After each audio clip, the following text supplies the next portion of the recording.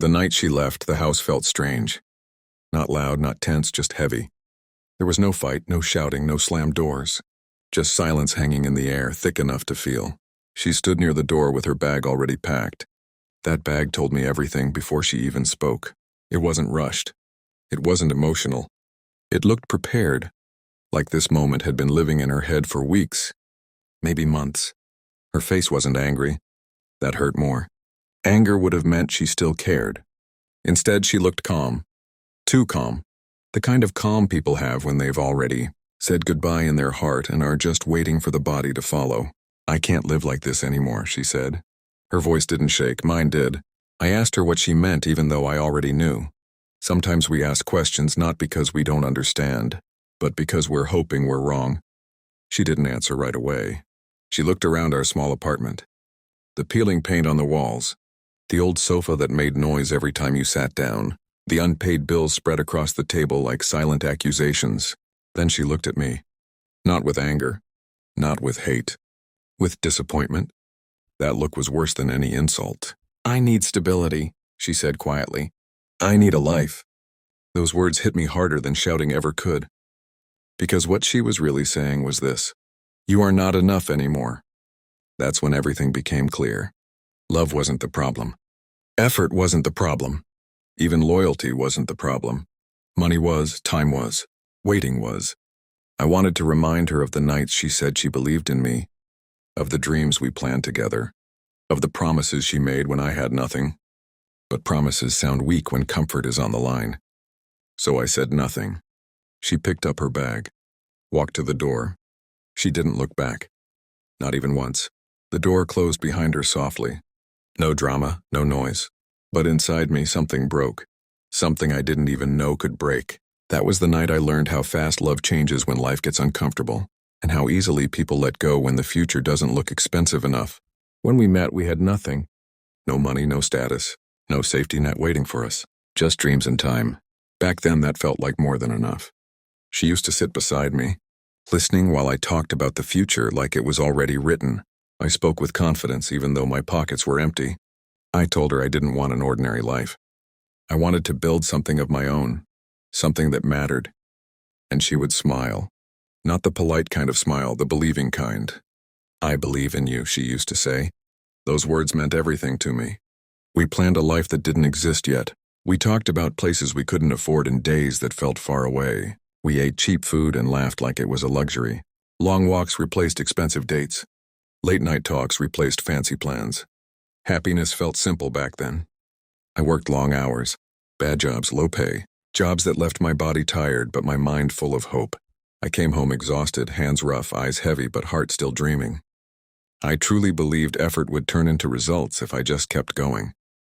What I didn't understand was this: some people love your dreams only as long as those dreams don't test their patience.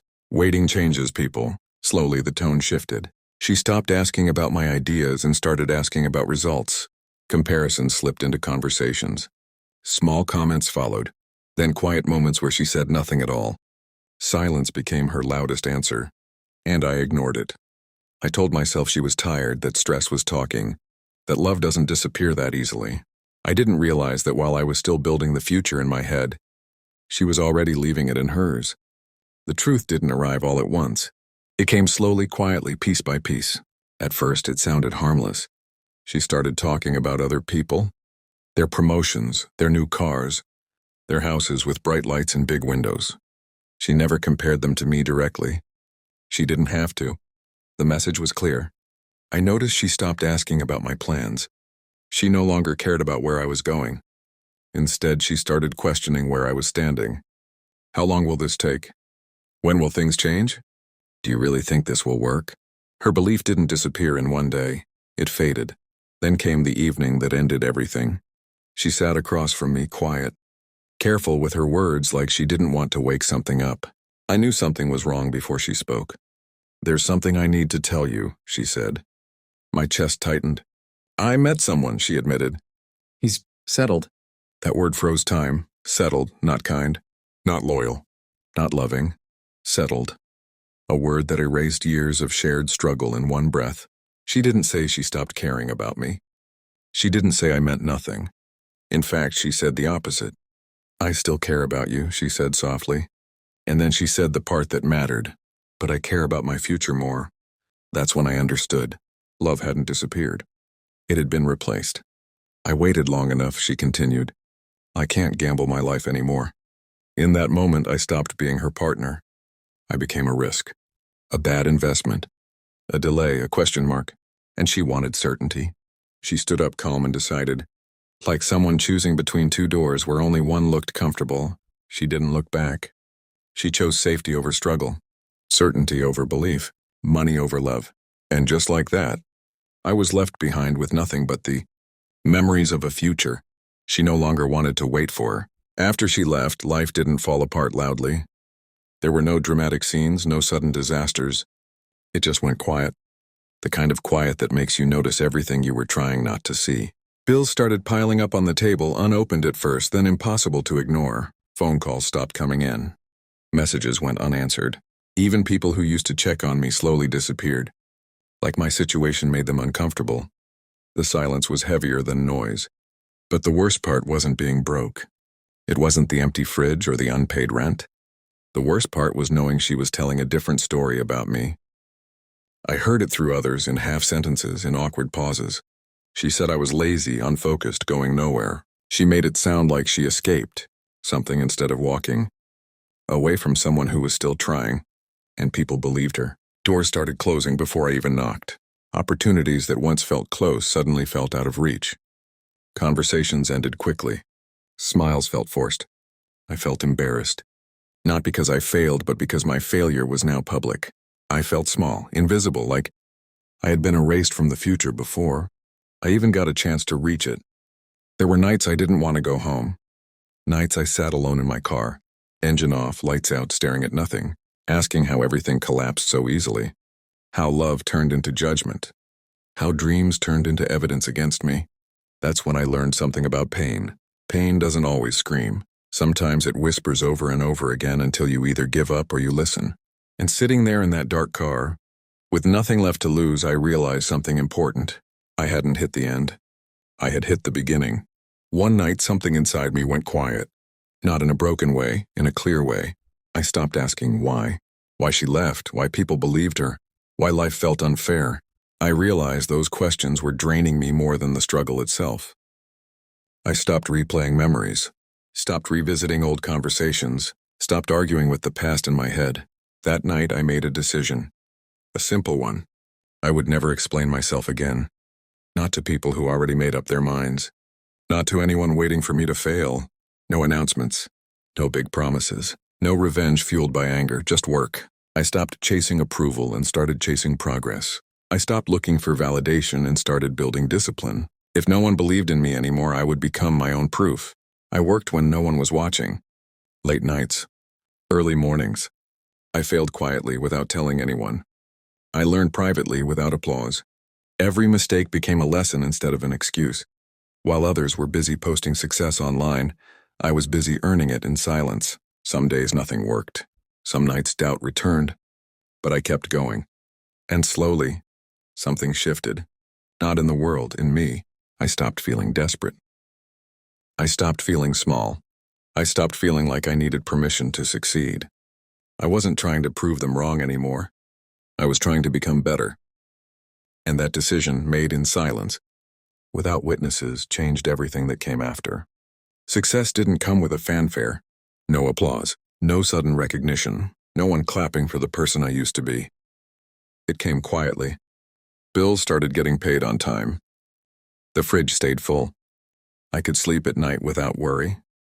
Confidence returned slowly. Not the loud show-off kind. The quiet, unshakable kind.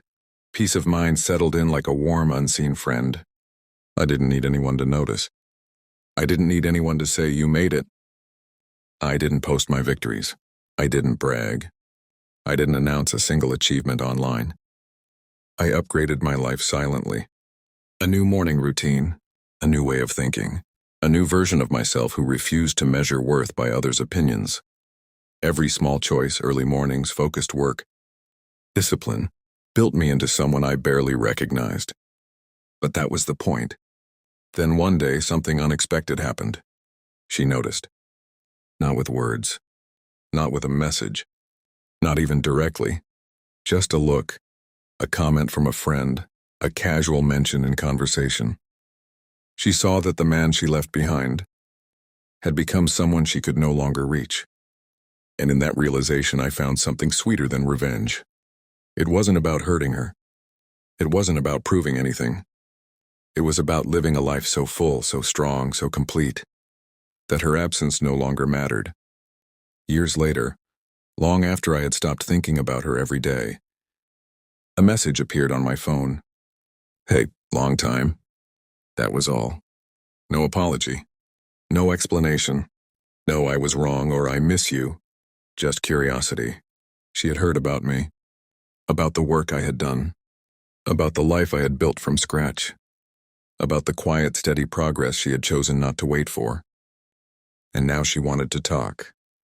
When we finally spoke, her voice carried that strange mixture of familiarity and distance, calm, measured. "I always believed in you," she said. I felt a cold rush. That sentence hurt more than her leaving. More than the months of silence. More than the embarrassment, the whispered doubts. The doors that closed before I could even knock. Because it reminded me of everything I had already endured and survived. I took a deep breath and spoke slowly, carefully. "You didn't leave because I failed," I said. "You left because success took time." There was silence on the other end. A long, uncomfortable pause. Then finally, she asked the question she had been holding back. "Are you happy?" I smiled. A real smile, not one forced for appearances. "Yes," I said. "And I didn't have to lose myself to get here." Another pause. But this time it was different. This time I could hear it in her voice. Understanding, recognition, the realization that the person she thought she could abandon had become someone she could never reach. And in that moment I understood something too. The past may reach out, but it no longer holds power. Because the man I had become, the life I had built, didn't need her approval. It didn't need her presence. We met once by chance. A public place. A crowded room. I wasn't looking for her. She wasn't at me, but when our eyes met, I saw it all. She looked at me the way someone looks at a stranger, confident, calm, unreachable. She smiled. A small, polite smile. Nothing forced, nothing desperate. I nodded, nothing more. No anger, no pride, no need to explain. Just distance. Distance that spoke louder than any words ever could. I could see the questions in her eyes. The curiosity. The recognition of what she had lost. But I didn't give her an answer. Not with words. Not with gestures. Because the last word had already been spoken. It wasn't shouted. It wasn't written. It was lived. Every choice I had made, every step I had taken, every late night, every quiet struggle, every small victory, they all said it better than I ever could.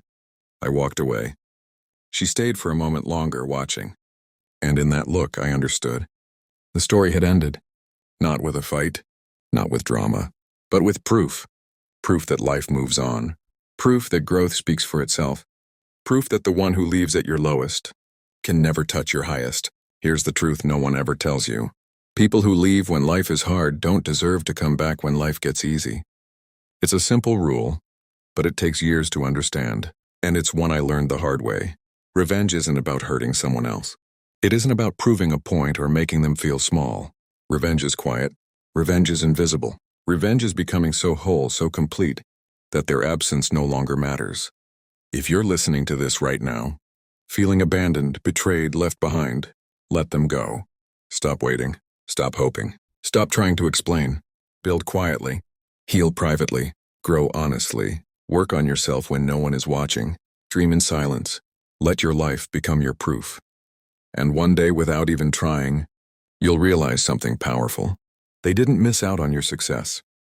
They didn't miss out on what you achieved. They missed out on you. The version of you that can survive pain, rise from failure, and still smile in the face of abandonment. The version of you that is untouchable. That is the last word. The truth no one can take away. And when you finally see it, you'll understand that losing them was never the tragedy. The tragedy would have been letting them stay and dim your light. So rise quietly, completely, and live a life so full that their absence is the loudest proof of all.